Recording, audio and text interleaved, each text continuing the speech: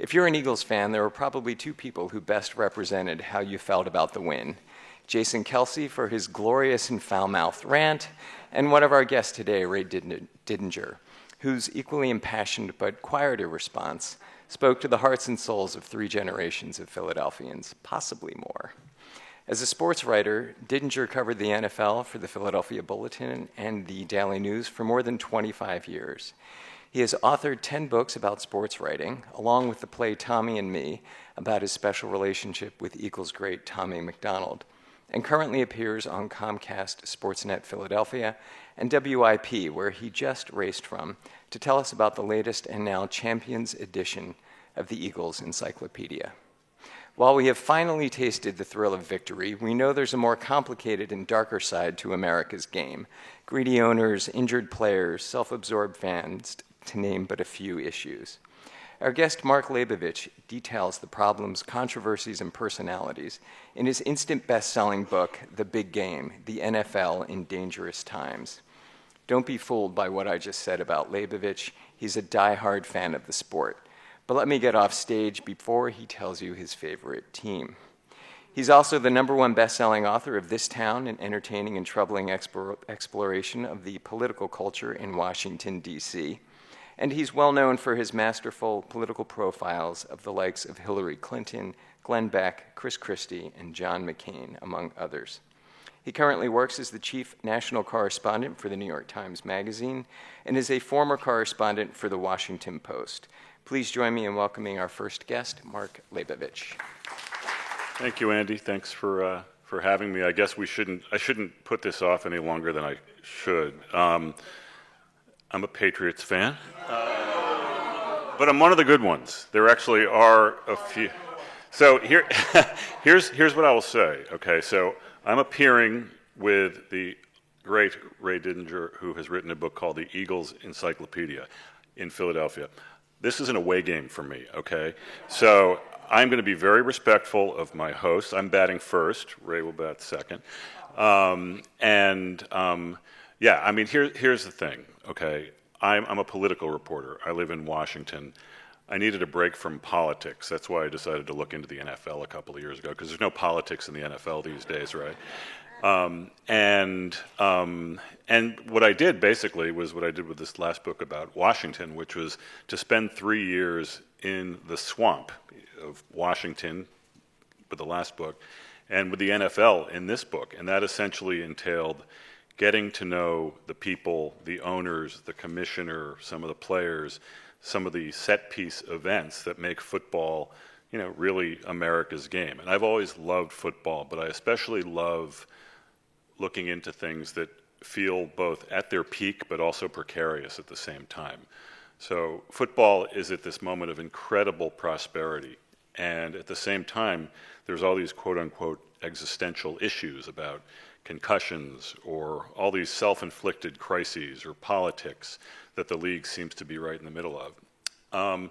So in the course of following the league really closely and showing up places and no one really knew who I was, it just so happened that the Eagles and Philadelphia became central to my narrative because they made themselves central to my narrative by, one, hosting the draft a year and a half ago, and then, lo and behold, winning the Super Bowl against my beloved Patriots. So, you're inescapable. Philly is inescapable, and the truth is, and this is going to sound like I'm pandering to my audience, but like all Bostonians and New Englanders, I'm, of course, very gracious and and have to, be very, very classy at all times.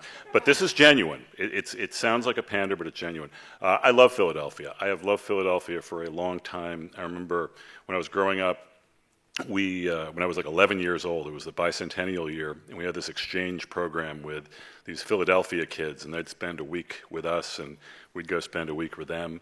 And the Celtics and Sixers were always rivals when I was growing up. And we always seemed to get a lot of NFC East games on our TV because the Patriots were terrible. They didn't sell out, so those games were blacked out. We almost always got the Giants or the Cowboys or the Eagles or the Redskins. So a lot of Eagles growing up, a lot of Harold Carmichael and Ron Jaworski and so forth. And anyway, since I've lived in Washington, which is closer, I've spent a fair amount of time here. And I remember I was on The Daily Show with Trevor Noah a couple of nights ago. And I've been on that once before, and it was the night Hillary Clinton was nominated to be the Democratic nominee for president here in Philadelphia. And it was that night, and I remember, I forgot where they were taping from. And he said, yeah, do you remember when the last time you were on? I said, yeah, it was the night in Philadelphia that Hillary Clinton was nominated to be the Democratic candidate for president. And, I think we were probably talking about how she was going to win and everything. So such brilliant political analysis made me turn to football. So I'm now promoting a book about football. But what's been interesting about promoting this book and about sort of jumping into the world of football and fans and the passion that is inherent to all of this is just the little stories you find and the little encounters you have that you didn't even realize were significant at the time. But lo and behold, I will never, ever forget, and for very different reasons, but I will never forget the Super Bowl last year because I'm not an Eagles fan. I was rooting for my guys, very professionally from the press box. I would never think to cheer in the press box, but I'm a magazine reporter, so I was not one of these, real reporters who had to actually write a game story while history was unfolding in front of you, and they had to. I marvel at reporters who can just do that and come up with, what to say, because I just can't do it. But one of the first things I realized when I walked into the stadium was, what's the name of the Minnesota Stadium? Was it Bank of America? Yeah, Bank of America Stadium, yeah. Was, first of all, we're getting our asses kicked. Not our team, but fan outnumbered. Like, there was probably, usually for a Super Bowl crowd, it's pretty subdued. It's usually some fan bases travel well, and New England fans usually travel fairly well, but Philly probably had us about 3-1. And they were loud and boisterous and drunk and belligerent, but in a really good way. But it was kind of amusing, and it was quite a thing to see, because usually at a Super Bowl crowd, the crowd is not a factor in either way. And it was, you could sense, and you could sense the whole week, and you could sense the whole season in some ways, how badly they wanted this. And I remember I was in L.A. the day Carson Wentz got hurt against the Rams. So I was at that game, and it was a great game. It was like in the 40s, like 30s, 40s. Went back and forth, and Carson Wentz, who's obviously brilliant, gets his injury, and it didn't look that bad, at least at first. He sort of looked like he was limping. Eagles win against a very good team, the Rams, and all these Philly fans who were far outnumbering the Rams fans, even though this was in L.A. Part of that is an L.A. thing, but part of it's, anyone from, around here who lived in L.A., and that's a lot of people because there's a lot of transplants, was at the game. And they were passionate, and they're walking out of the arena, of the Coliseum, and to see, they were just so happy with the victory, and there was maybe about a 2 or 3 minute period where everyone was sort of checking their phones, because people are always checking their phones, and you could see word travel fast that, oh, this could be an ACL, oh, this is serious, or oh, he's done for the year. And I remember talking to a whole bunch of Philly people outside the stadium. 2 of them were literally in tears after watching this great sort of December late season victory, because Nick Foles. It's just maybe a decent backup, maybe he'll be a placeholder, and we all know the history. But I've kept in touch with a bunch of them because I told them I was writing a book, and I actually don't remember their names, but I keep getting these texts every few weeks saying, "Hey, is the book out yet? Is the book out yet? Did you quote us?" And I keep telling them. Well, I don't have the heart to tell them that, no, actually I didn't quote them, but I just told the story about them without naming them. But at the game, I remember this one thing I'll never forget. At halftime, Philly, of the Super Bowl, Philly was up, 21, what was the score at halftime? 22-12. Very good. Yeah, this is one of those things where you can get immediate help. 22-12, yeah. The Philly special play just had happened. There was a guy with, so I go to the men's room at halftime. There was a guy literally with an oxygen machine. And I think he was wearing a Wilbert Montgomery jersey. head to toe. He was wearing one of those ridiculous dog masks, which I don't understand. By the way, those dog masks were not allowed at the Mall of America during Super Bowl week for security reasons. Because all the reporters, a lot of the media people were staying at the Mall of America, and you had all these Patriots fans and all these Eagles fans, and the Eagles fans were not allowed to wear their stupid dog mask. Their venerable dog masks. Because there was actually, the Mall of America is so big they have their own counterterrorism unit. But still, you have not lived until you've walked through like the food court of the Mall of America while hearing a bunch of people yelling, "Fly Eagles, fly," or whatever it is those people sing, or you people sing. Sorry, that was sarcastic sounding. I didn't mean to be. Anyway, this guy he's literally gasping for air. He has some kind of respiratory condition. He had to be, probably in his 70s, maybe older. And a couple of paramedics were there because he was clearly struggling. And they were encouraging him very strongly to come with them into an ambulance to get immediate medical care because he was really gasping. He was in really, really rough shape. And here he is at halftime of the Super Bowl, obviously an Eagles fan, and he said to the paramedic, "I've waited my whole life for this. Just give it another couple of hours and then it can end." And I really hope the guy didn't die that night, for a lot of reasons, but he was not going to leave that building. I don't know what he had to do to get tickets, but he was there, and things looked like they were going well. And lo and behold, obviously everyone watched the game, I assume, so I can ruin the ending for you and tell you how it went. But it was an amazing sort of swing of emotions to see inside. And again, I tried to walk around. I spent as much time in the actual crowd as I could. But when the Patriots got the ball back before that strip sack by, wasn't Fletcher Cox, it was, yeah, sorry. I remember what happened, essentially. There was a sense of such, resignation. We've all seen this movie before, and part of it is when Tom Brady gets the ball in the 25, 30-yard line with 2 minutes left, and neither defense was stopping the other team much. There's a pretty good chance they're going to come down and score. The strip sack happens, the game ends. You know how it ended. What was amazing to me was that moment when the Eagles won, and a couple of things happened that I'll never forget. One was just the stunnedness of the Eagles fans. It was like you realize you expect this to be utter, absolute delirium, but the underdogs had caught the car and they had no idea what to do. It was like, well, wait a minute. This wasn't supposed to happen. This wasn't part of the script. It was like some deep down unconscious, it was like a deep surprise because, you have a 50% chance of winning the Super Bowl when you're in the Super Bowl, basically. And I've never seen a more instant sort of confusion of emotions in so many people than I did at that second. And then I went down to the press area where the players were and where they were doing their press availabilities. And I remember a couple of Eagles, I think one of them was Brent Selleck, and another one, it might have been Jason Kelce, walking around. I didn't recognize them immediately, but they were out of their uniforms. They were shirtless and everything. And Giselle is there. And Giselle keeps running. So I spent a fair amount of time with Tom Brady in the course of doing this. You'll of course run to get the book because you want to read all about that.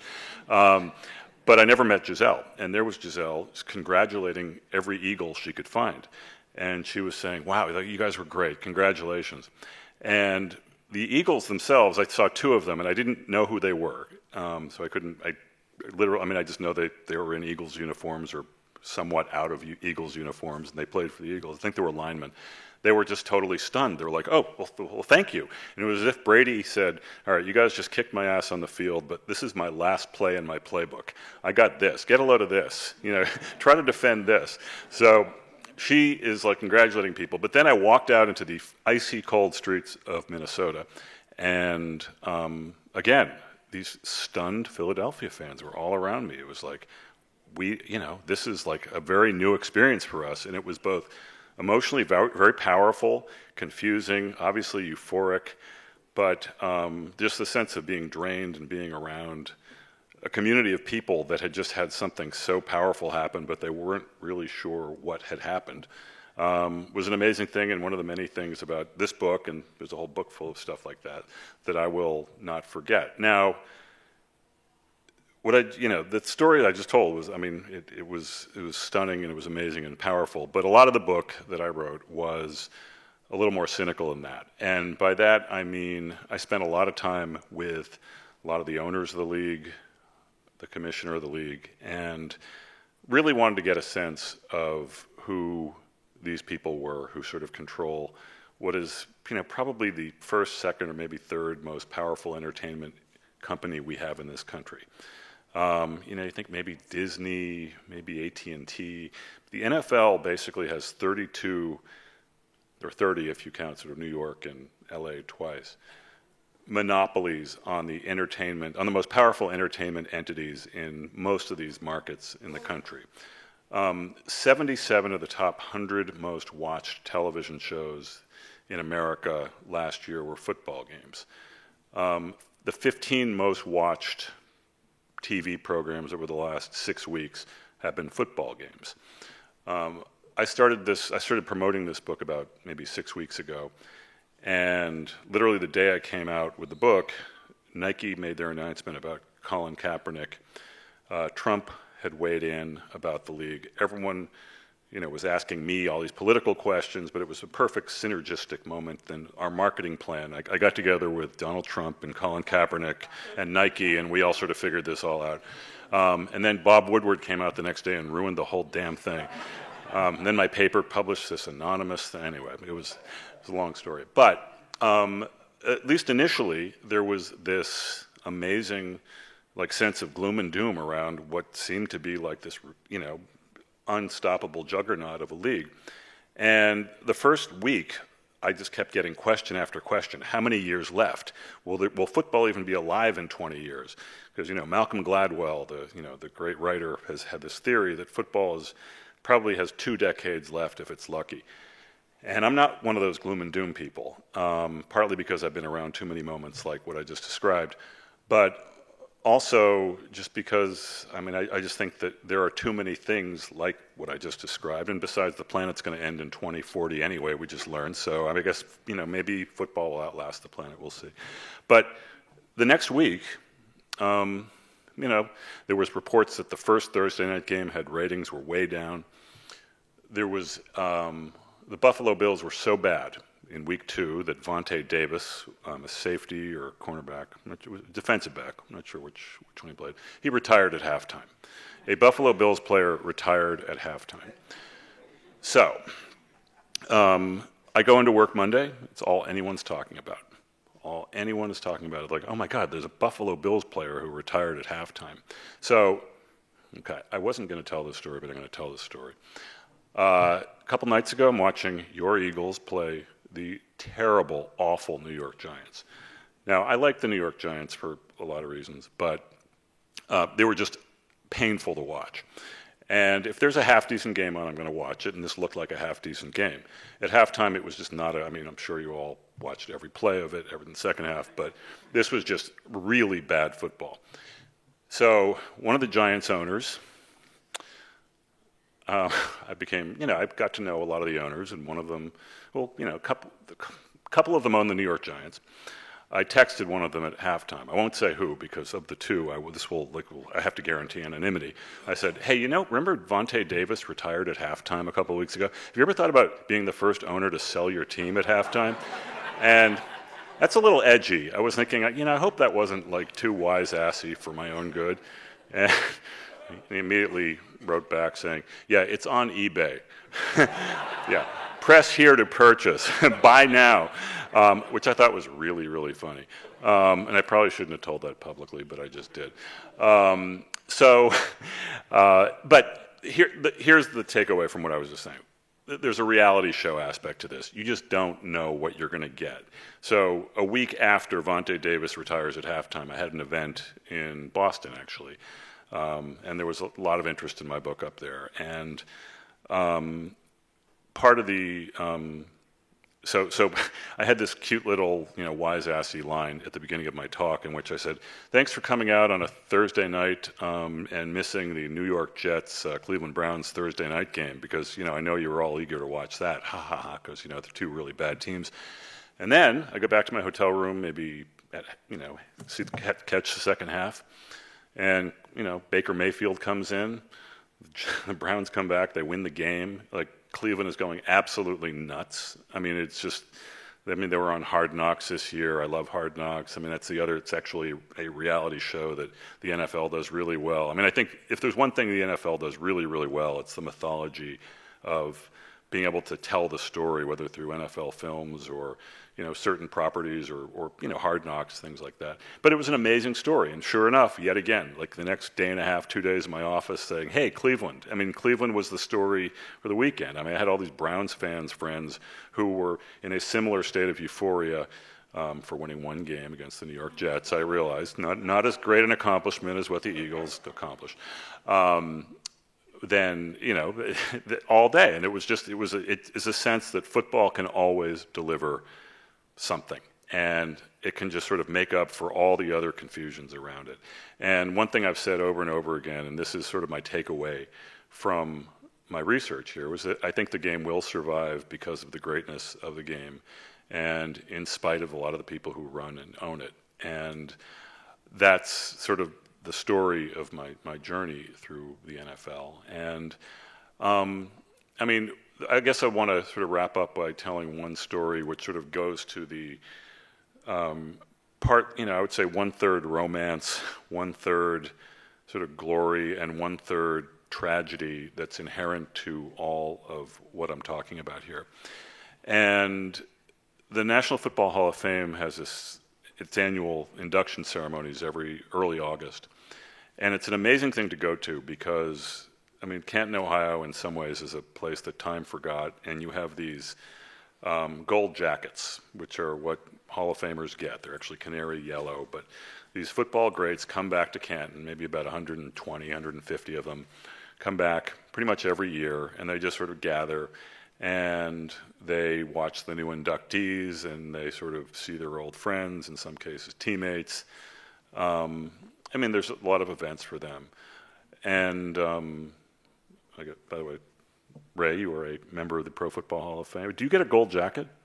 Okay, so the Dick McCann Award winner does not win it. But anyway, I don't want to embarrass Ray, but Ray has a big, I guess they put a plaque? Yeah, on the wall. Ray has a plaque on the wall. I do not. However, when I was there, I saw this pack of gold jackets waiting to get into something called the Gold Jacket Dinner, which is this dinner they have, I guess, 2 nights before the induction ceremonies at the Canton Civic Center.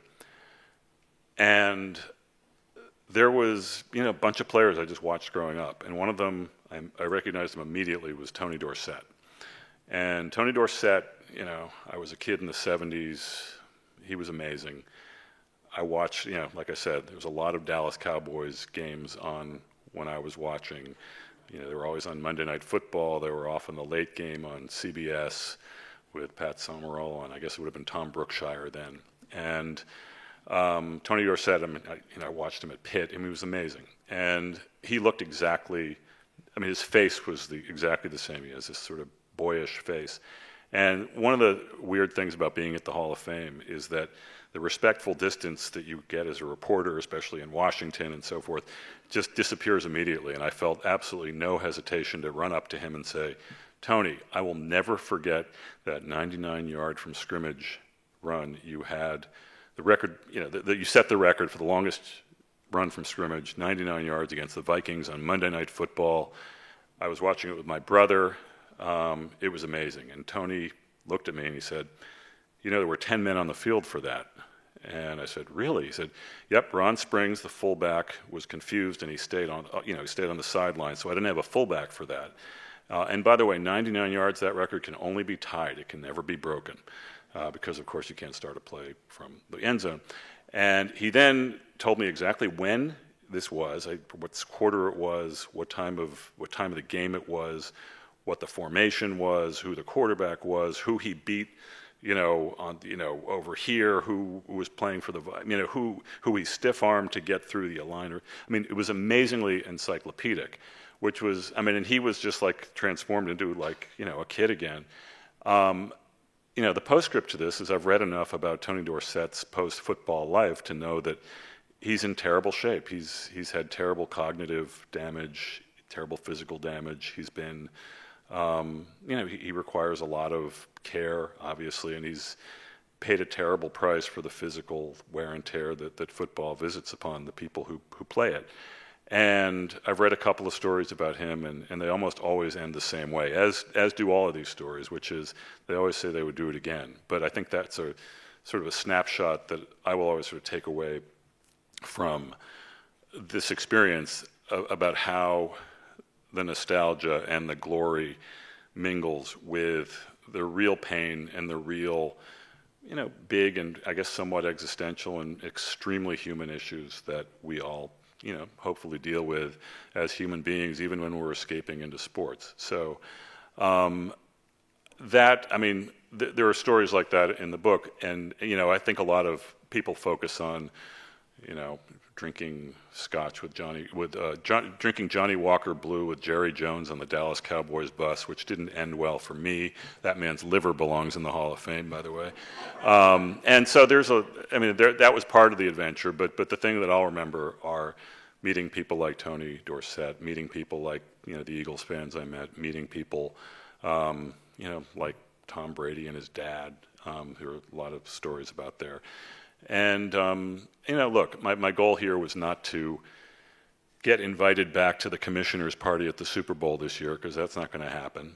But it was an interesting, visit or sort of safari into a world that I've always felt very close to, very, very, obsessed with, but also very, very distant from. So I'm now going to step back into my day job again, cover politics, the other American carnage, and but I'm, I love being in Philly. I love stopping and talking to fans and stuff. So after Ray, we'll take your questions, and he'll take all your questions about the Eagles. We'll all sit by very, very politely and nod.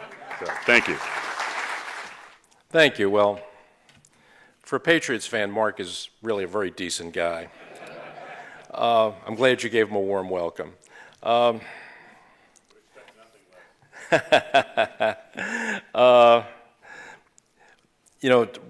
Mark alluded to the reaction of the Philadelphia fans who were in Minneapolis for the Super Bowl.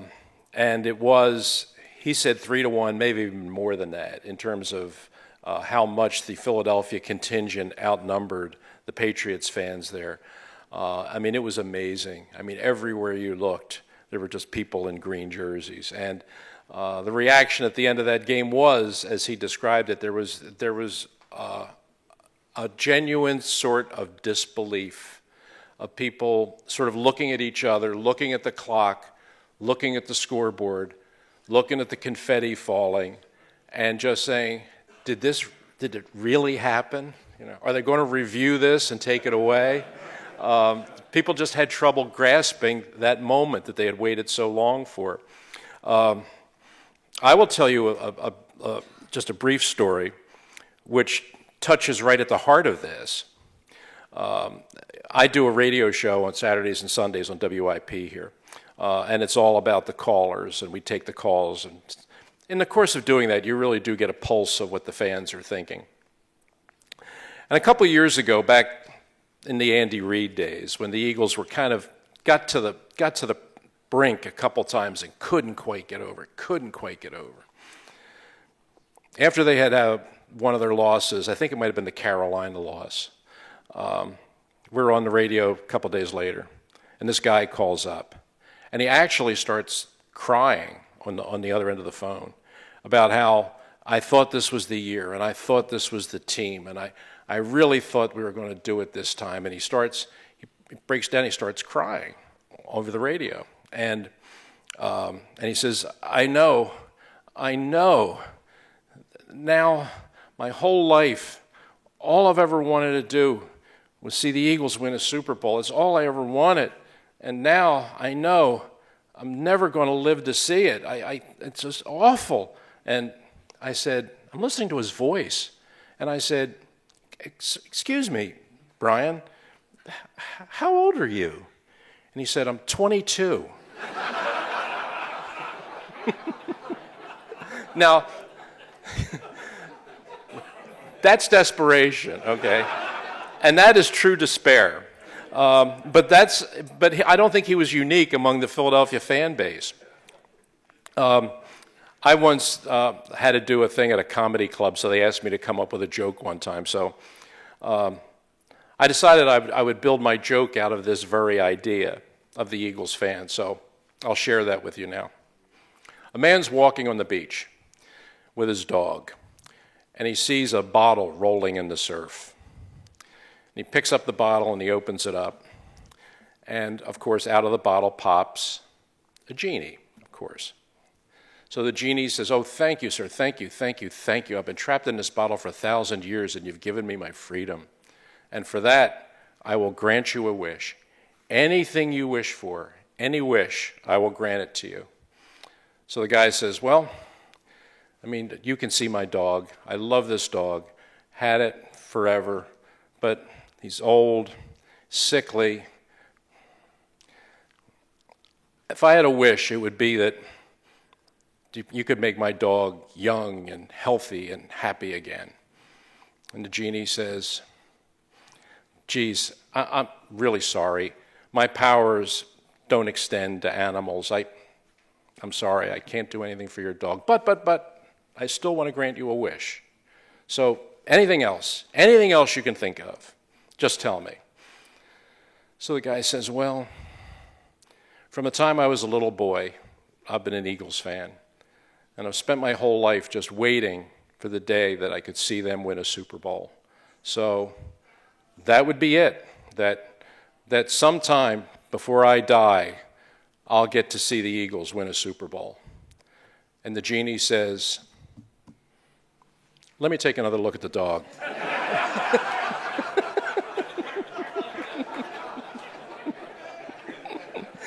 Yeah, the folks at the comedy club kind of like that one too. But that kind of speaks to what we're talking about, and I think what you all identify with was what that night in February in Minnesota meant to the people that have lived this a lifetime and been waiting for exactly this moment. And that was why when we were talking at Temple University Press about illustrating the book, the question obviously came, what are we going to put on the cover? And there were any number of football options. It could have been the Eagles holding up the trophy. It could have been Nick Foles. It could have been the Philly Special. It could have been any of those things. But the more we talked about it, we thought that really this was kind of not just about a football game or a play or just the team. It was really about the city and what this moment and what this season meant to the city. So that's really kind of why we decided to go with this as our cover, because we wanted it to be something about more than just the game. We felt that what happened on Sunday in winning that game carried over into Thursday for the big parade. And what you saw on the streets of Philadelphia was a very uncommon outpouring of not just fandom, but just genuine civic pride and good feeling. That I really do think that everybody in this city felt, whether you were a football fan or not, it was something we all felt and we all shared. So that was kind of why we decided, in terms of the cover, that the parade and the whole inclusiveness of this was represented by the cover of the book. And I'm really happy we went that way. I will tell you that, like Mark, I was at the Super Bowl. I was there covering the game. We were Comcast Sportsnet. We were doing the pre and post game show, and the way we had it, the way it was set up out there, there was a trailer outside the stadium, and it was the staging area for NBC Sports, NBC Sports Philadelphia, NBC Sports Boston. We were both groups, we were all working out of one trailer out in the parking lot outside the stadium. So we're in this trailer all the Philly guys and all the Boston guys all together. And watching the game on television. They had a TV there, and we're all in this trailer watching the game on TV. Now, you can imagine the emotion in that trailer where you got half Boston people and half Philly people. And the Boston people were so cocky. The Boston people were so cocky before it started. Like this one guy was saying to me, yeah, you guys, you had a good season. That's really great that you got here. It's great that you got here. You must feel good about getting back to the Super Bowl, and you're not going to win, but it's really a hell of an accomplishment. You got a lot of guys hurt. Wentz got hurt, and you still got to the Super Bowl, and listen, you guys should really be proud of what you accomplished this year. And I said, and he said, so what do you think? I said, no, I think Eagles are going to win. He said, what, are you nuts? He said, what, are you nuts? He said, we got Tom Brady, you got Nick Foles. We got Bill Belichick. You got Doug, what's his name? Is it Peterson? Yeah, Doug Peterson. Yeah, no, you got no shot. He said, you really think you're going to win? I said, yeah, I think they're going to win. So now, first half plays out, and the Eagles are giving them all they want. And this guy's getting a little edgy about it. So now it comes down to right before halftime, right? The Eagles have the ball down the 1 yard line. It's 4th down. Peterson calls timeout. So the guy says to me, now, what the hell? What's he calling timeout for? He said, what do they got to talk about? They're going to kick the field goal. And I said, they're not kicking a field goal. And he said, what are you, crazy? He said, you got to take the 3 points. He said, look, I know this coach, he hasn't been coaching very long, but he's not stupid. He's got to know better than that. And I said, how many times have you seen the Eagles this year? How many Eagles games have you seen? He said, I've seen them a couple times. I said, well, I'll tell you what. I've seen every game they've played. And I'm telling you right now, they're not kicking a field goal. He's going for it. He said, no, that would be the stupidest goddamn... Jesus Christ, Foles is coming back on the field. Now, I had no idea what they were going to do, but I knew they were going to go for it. So now they run the play, right? Philly special. Snap to Clement, pitches it to Burton, comes around, flips the ball, Foles catches it, touchdown. The same guy says to me, it doesn't say to me, just says to everybody, nah, that's illegal. No. No, there's no way that's legal. There's no way that's legal. They got to review that. There's no way that's legal. And then they rerun it, and he says, what the hell do you call that anyway? And I said, in Philadelphia, we call it a touchdown.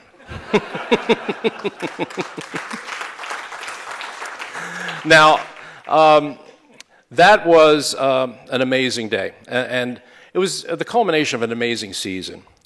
And I've been doing this a long time. I started covering this team in 1970. So I've been covering this team in one form or another for almost 50 years. And I spoke at a church last year, and it was a very nice gathering. And we finished it up, as we always do, with a little Q&A. And I figured over the years I had heard like every question imaginable about coaches, quarterbacks, owners. But there's a woman in the front row who raised her hand, and she said, how long have you been covering this team? And I said, my first year was 1970. So she said, that's almost 50 years. And I said, yeah. And she said, don't you get tired of writing about the same thing over and over again? And I had never heard that question before. Nobody had ever put it quite that way. I had never thought of it quite that way. And I really had to think about it, I really kind of had to step back and said, I can understand where she's coming from on this. 50 years is a long time to do anything. And 50 years is a long time to write about one thing. But I answered her, I really thought about it a lot. I answered her as best I could at the moment, but I thought about it a lot that night. And the conclusion I came to, and I think this sort of touches a lot on what Mark's exploring in his book, is that it's, you're not writing about the same thing, because every year is different, and every team is different. And that's the beauty of it. No two games are the same, no two seasons are the same, no two coaches are the same, nothing's the same. Everything changes. Yeah, it's football, 11 guys on the field. You know, the ball is inflated the same way, except in New England, where sometimes it's not. But the more I really thought about it, the more I thought about it, I realized that I really think 50 years I've been hanging out in the Eagles locker room. And to me, the Eagles locker room is like, to me, what the Mississippi River was to Mark Twain. It's just a constant source of inspiration. Because to look at it, it looks the same, but it's ever changing. You know, every year there's new faces come through there, and new guys, and new players. And they all come from different places, and some come from the north, and some come from the south, and the east, and the west, and they come from other countries. They come from Europe, they come from Africa, they come from South America, they come from all over, but they come to this one place, strangers. And they start a summer and are introduced to a coach who's a stranger. And his challenge is to take that group of guys and mold them into a team, and then go out and try and win a championship. And that challenge changes every year. The composition of the team changes every year. The word that we always use, the chemistry of a team, changes every year. And for 50 years, I've had the privilege of just sort of watching that and observing it. And it is the greatest sociological study you could ever imagine, is to the years that it comes together, why did that year it come together? And in the other years, when you think it's going to be great, it turns into nothingness. Why? And you have a year like last year, when you start off with modest expectations. Maybe they could win 9 games. Maybe they could get into the playoffs. And then all of a sudden, something happens. Something clicks. And it just takes off. You know, and I often get asked, what you know, use this term team chemistry. What's team chemistry? I'll be damned if I can tell you. To me, it's like the Supreme Court justice who was asked about, they were judging a case on, probably Larry Flint case, they were judging a case on pornography. And one of the Supreme Court justices said, I can't tell you what pornography is, but I know it when I see it. That's what team chemistry is, in sports, but especially in football. I can't tell you, I can't put into words, I can't write down what team chemistry is, but I know it when I see it. And I've been around this team for 50 years. I never saw team chemistry, the likes of which the Eagles had last year. It was extraordinary, and it was powerful. And that's what carried this team. I mean, they lost a ton of guys, key guys, injuries that could have derailed almost any other team. But with each injury, they seemed to get stronger. And by the time they got to the playoffs, even though Nick Foles is the quarterback, and he's certainly a player with some limitations, I really felt there was nothing was going to stop this team. And I also felt that it was going to be the Patriots. When the playoffs started, I looked in the AFC and I said, it's going to be the Patriots. And even though in the championship Sunday, when somebody said to me at halftime, they said, oh, the Patriots are losing. The Patriots are losing to Jacksonville. I said, they're not going to lose. They're not losing to Jacksonville. I didn't even want to know the score. I said, I don't care what the score is. The Patriots are going to win the game. Because they just always do. And I didn't even want, because a lot of people were all excited that, oh man, Jacksonville's going to upset the Patriots, so we'll get to play Jacksonville in the Super Bowl, and that'll be an easier game. I didn't even want that. If the Eagles got back to the Super Bowl, I wanted them to play the Patriots. I wanted them to play the best. Because I felt at that time they were going to beat them. I really felt that. Now, it still came down to the final play. It still came down to the ball in Tom Brady's hands, and he's chucking it into the end zone, and Gronkowski's going up. And we've seen that movie a million times. And there was always a chance he would have come down with it, but not this year, and not against this team. This was the Eagles' time. This was their moment. And that's what we're all celebrating. Now, the question is, okay, so why are they 3-3 right now? Gets back to the old issue, the chemistry thing. It's the same team, but it's not the same team. It's different.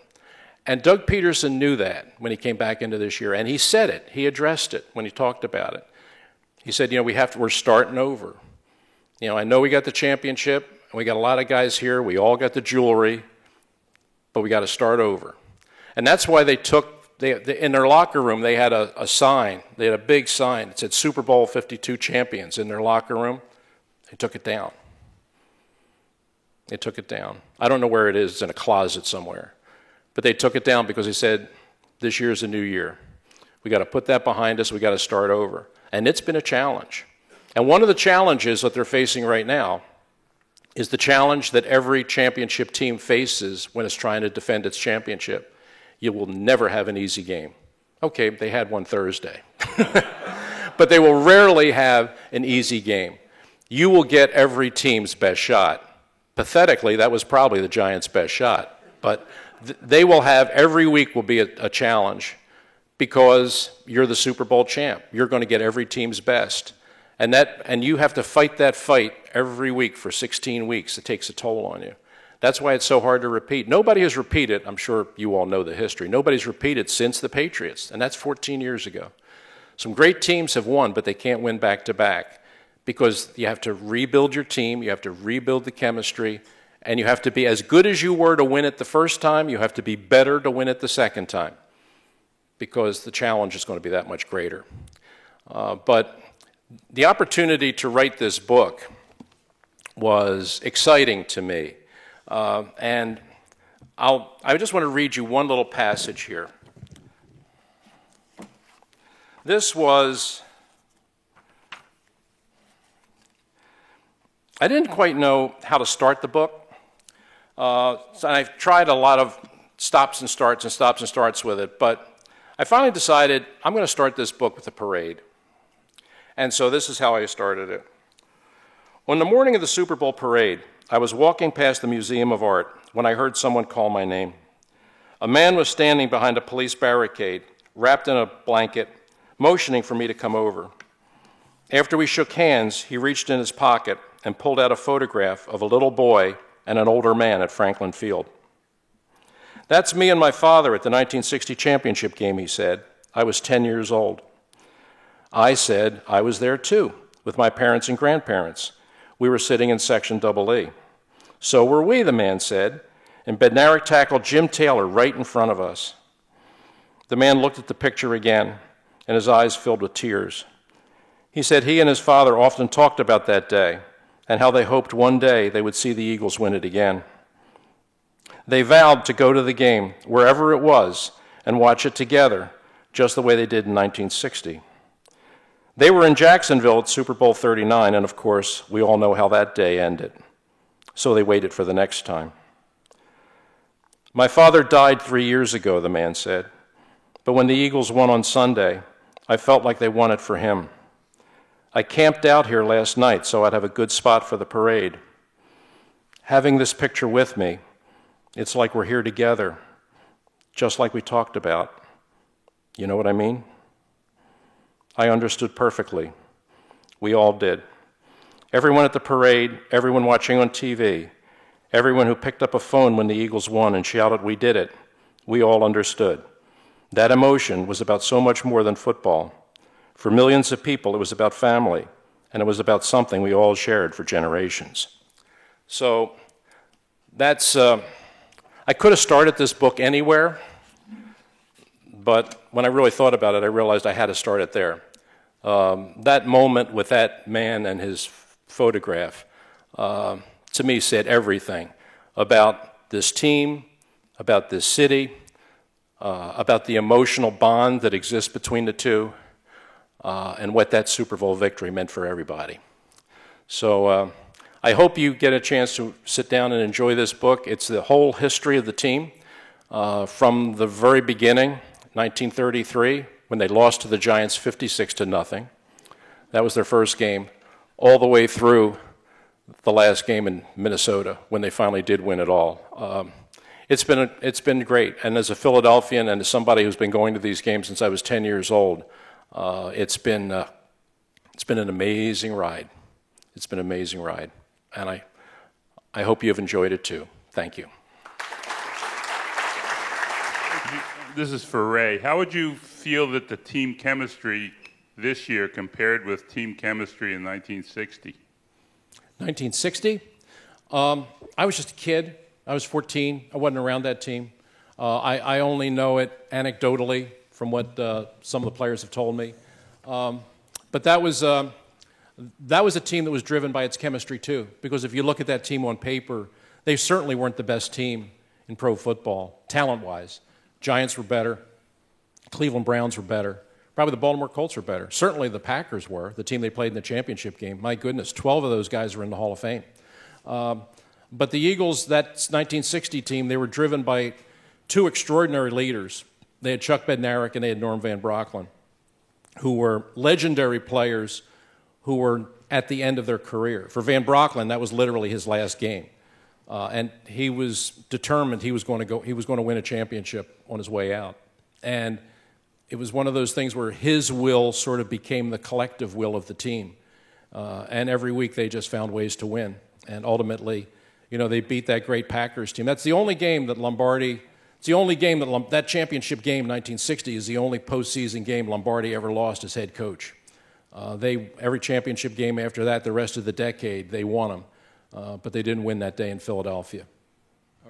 Ray, you've been watching and following the Eagles all these years and following NFL football. Maybe it's a little unfair, but if you look at the quality, the strength, speed, agility of the players over that 48-year period, if you could take a Jim Brown and he'd come back exactly as he was, same height, same weight, same speed, would he be able to be a dominant player in today's league given the size, the speed, etc.? Absolutely. Yeah.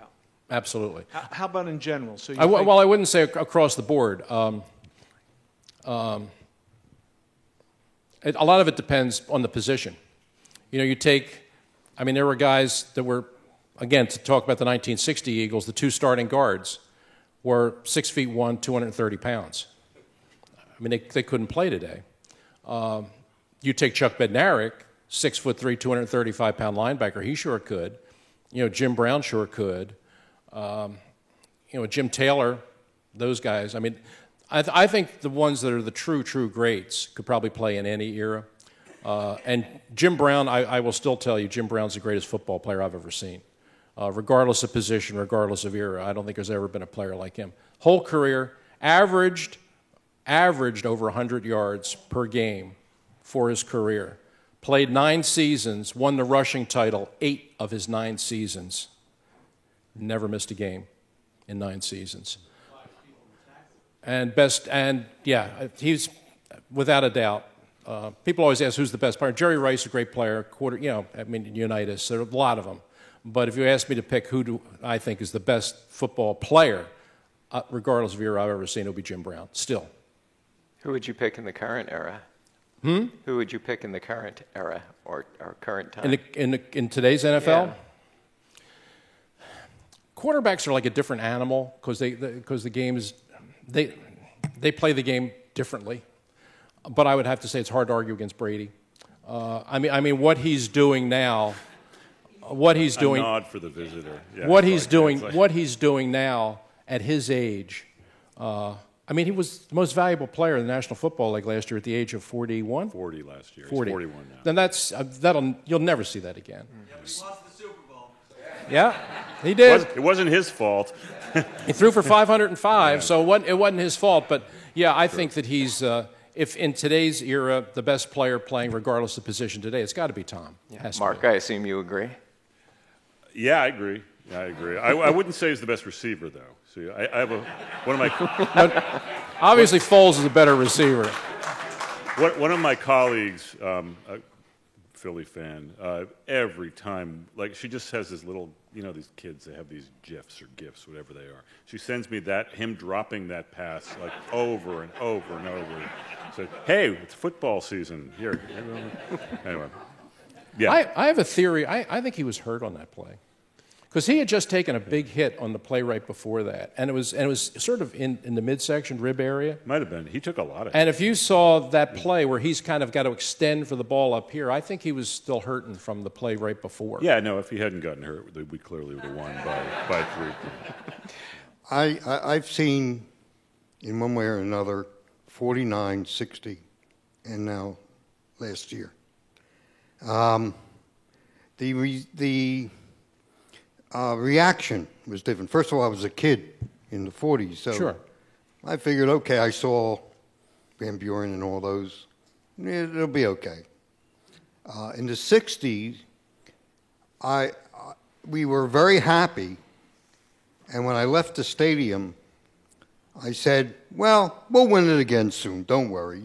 This will be fine. I was a college student at the time. Sir, do you have a specific question? Because there are a lot of questions in the hall. What I ask you is how do the different cities react to their championship? Do they react like we do, or do they react differently? I don't know, Mark. I mean, you probably did a little sampling of this in your research too. Yeah, well, I've lived a sampling of that as like a New England fan. I mean, just as a Boston, New England fan. I mean, I will say this. This is actually very parallel to what Philadelphia went through with the Eagles. And unfortunately, I don't know if it bodes well or bodes poorly, but I love the Red Sox. I'm a homer, just like a lot of people here, I suspect, are homers. In fact, I know explicitly that a lot of people here are homers.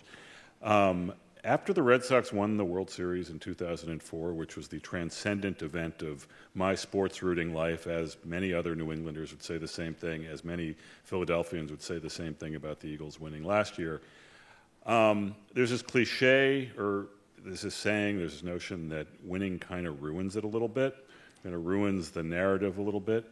And I thought that was nonsense, and I think it is nonsense for the most part, because I liked winning the World Series. And I liked winning it again, and I liked winning it again. But it's different. There's no question it's different. There's a reason Shakespeare's tragedies are more popular than his comedies. There is something more deep and powerful. I mean, actually, this is a line from Robert Kraft, the owner of the Patriots.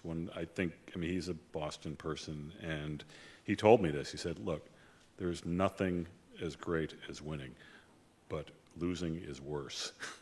And I think, it's sort of it's a line. I'm sure he's used it a million times before, but something changes. I can't, I'm not as invested. Maybe, you get older, but you've had that one and you sort of feel a little spoiled.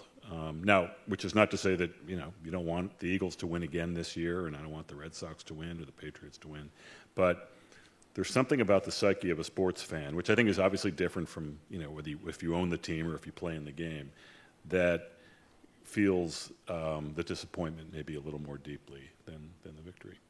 The only place that I could ever say I experienced the kind of emotional eruption that we saw here was when the Steelers won the first time.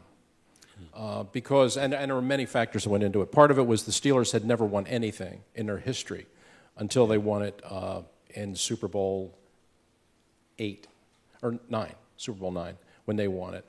And also, part of it was civic, because the city of Pittsburgh was so depressed at that time. I mean, the steel industry was going down, the mills were shutting, there were a ton of people out of work. And I know this sounds crazy, but I mean, the Steelers emotionally kept that city afloat. And that just as the economy of Pittsburgh was going down, the Steelers came up, and it really helped people. And I was there, I saw it. And so their reaction to the Steelers, first of all, finally winning a championship, which they had never even come close to doing, and then what it meant to the people in Pittsburgh that were going through hard times, very similar in terms of the way people embraced the moment, the way they did it here. Buzz? Hey, this is a question for Mark.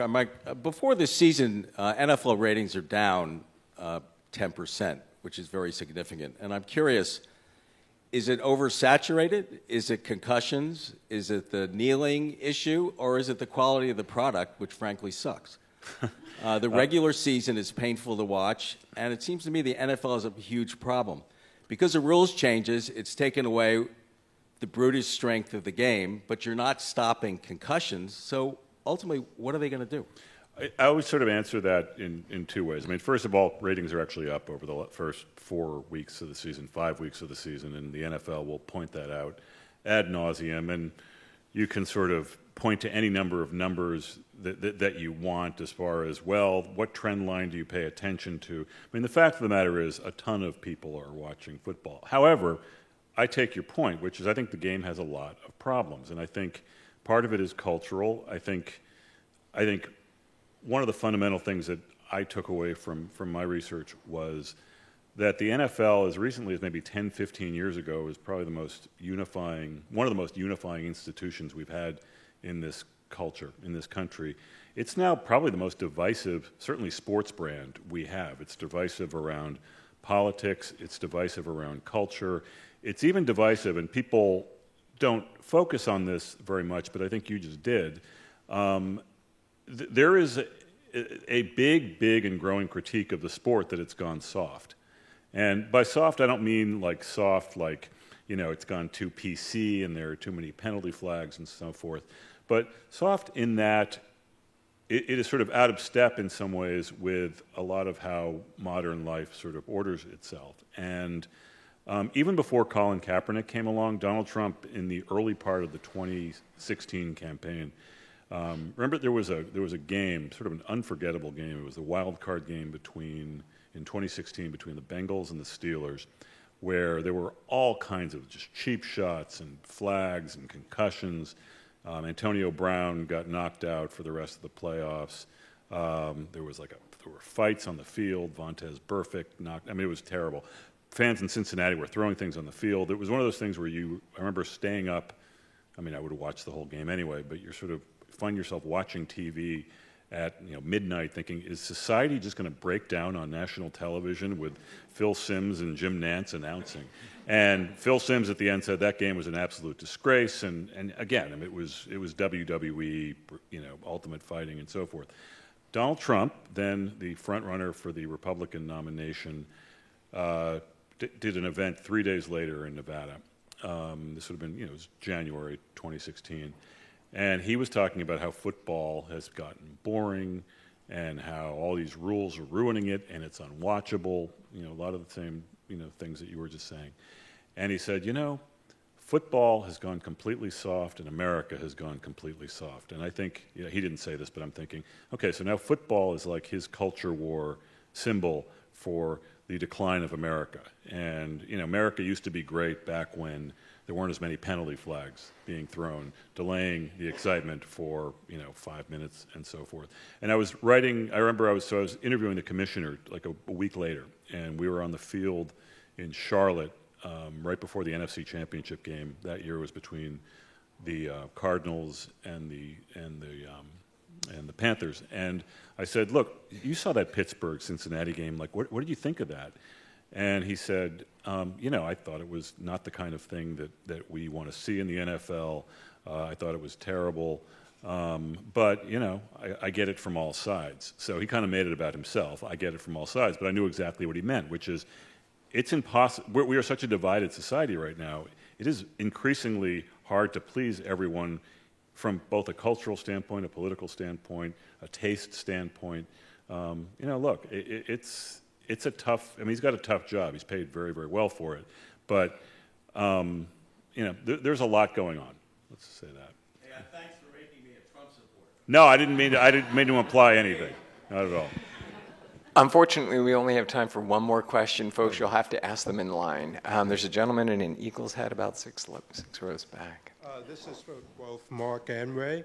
Would you comment on why Malcolm Butler was held out of the Super Bowl? Wow, I love that question. I wish I had an answer to it. Malcolm Butler, for those of you who don't remember, he was this great story, undrafted free agent, intercepted the ball on the goal line at the final seconds of the Patriots' victory over Seattle in Super Bowl 49, I guess it was. He inexplicably was kept out of the Super Bowl this year, and Bill Belichick has not explained why. And by the way, you might remember the Patriots were having a bit of a hard time stopping Nick Foles and the Eagles, especially on third down. I'm of the belief that they could have at least stopped them once or twice with a better second cornerback.